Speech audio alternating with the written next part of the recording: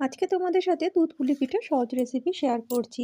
এর জন্য 1 বাটি সেদ্ধ চালের গুঁড়ো আর 1 বাটি গোবিন্দভোগ চালের গুঁড়ো সমপরিমাণ নিয়েছিলাম। আর নিয়েছি 1 বাটি নারকেল কোড়া, হাফ বাটি চিনির গুঁড়ো, 1 বাটি গুড়, 1 লিটার দুধকে ফুটিয়ে হাফ লিটার করে নিয়েছি। প্রথমে পুলির পুরটা তৈরি করে নিচ্ছি।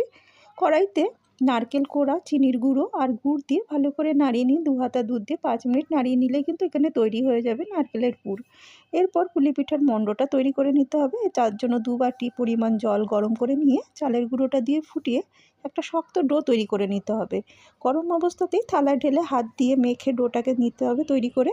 এবার ছোট ছোট লেচি কেটে নিয়ে 2 হাতের সাহায্যে অল্প শুকনো চালের গুঁড়ো ব্যবহার করে একটা বাটি তৈরি করে নিতে হবে। তার মধ্যে নারকেলের পুরটা ভরে নিয়ে একটা সুন্দর ডিজাইন করে নিলেই এখানে পুলি পিঠাটা তৈরি হয়ে যাবে। এরপর দুধ কড়াইতে ফুটিয়ে নিয়ে তাতে তৈরি করে রাখা এই ছোট ছোট পুলিগুলোকে দিয়ে আর অল্প গুড় দিয়ে ভালো করে ফুটিয়ে দুধটা ঘন হয়ে এলে নামিয়ে নিতে